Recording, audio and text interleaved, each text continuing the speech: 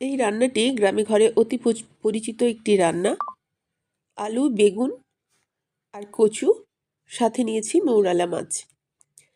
মৌরালা মাছটাকে ভালো করে ধুয়ে পরিষ্কার করে বেছে নিয়েছি। কেটে নিয়েছি বেগুন, কচু আর আলু। তেলের মধ্যে নুন হলুদ মেখে মাছগুলোকে ভেজে নেব। যে যেমন শক্ত ভাজা খান, কড়া ভাজা খান তেমনই ভাজবেন, তাতে কোনো আলাদা সমস্যা নেই।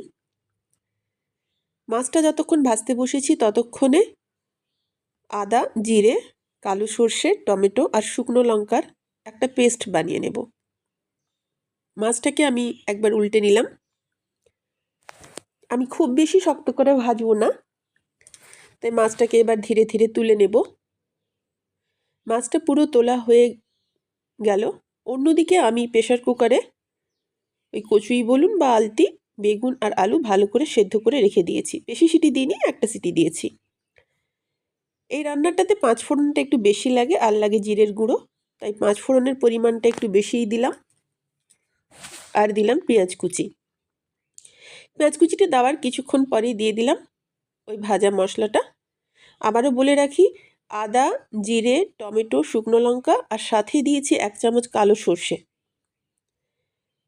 গ্রাইন্ডারের ঢাকাটা ধুয়েও ভালো করে মশলাটা দিয়ে নিলাম। দিলাম পরিমাণ মতো হলুদ আর নুন। এবার মশলাটা কষিয়ে নিয়েছি। মশলাটা আমি একটু তুলে নিয়েছি অন্য একটা রান্নার জন্য।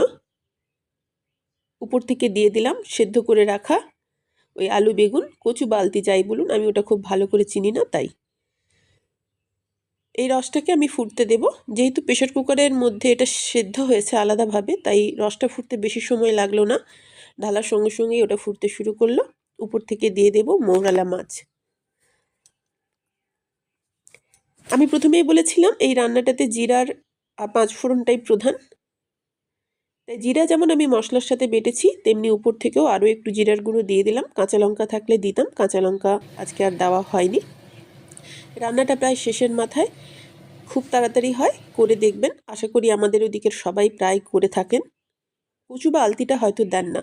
দেখুন কি সুন্দর হয়েছে।